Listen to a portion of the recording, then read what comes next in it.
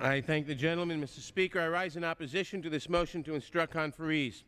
For too long, we have debated whether this nation should take a stand against the scourge of hate crimes, crimes of violence in which the victim has been singled out because of who he or she is.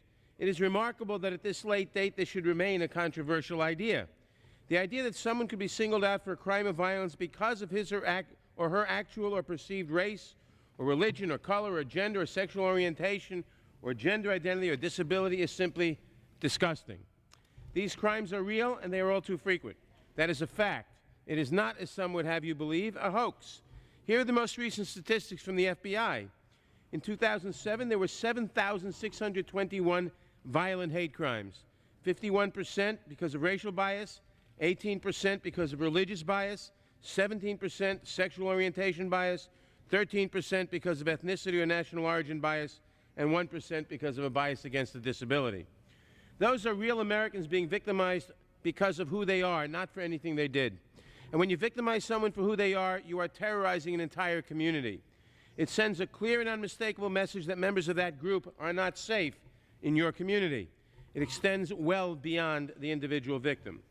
This House has already spoken clearly. On April 29th of this year, a bipartisan majority voted by a margin of 248 to 175 to pass this legislation.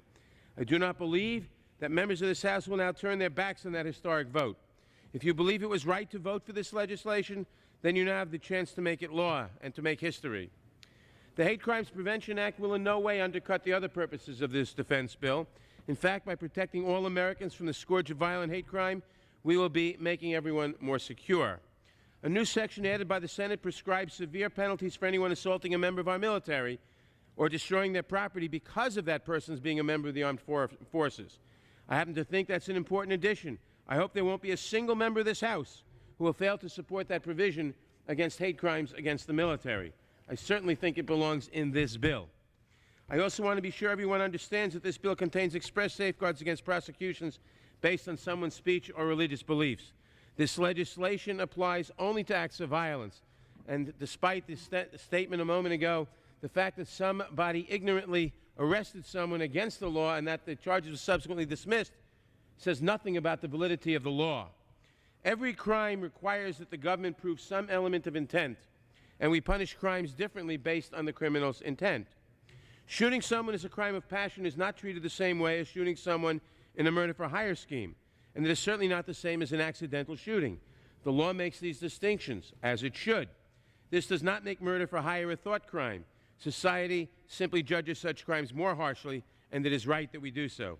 It is the same with hate crimes. These are particularly disgusting crimes, and they deserve to be treated differently than other assaults or murders.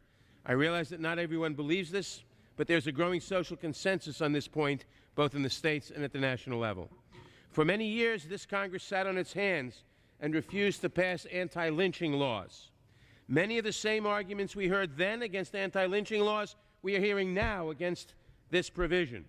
It was a disgrace then, it is a disgrace now.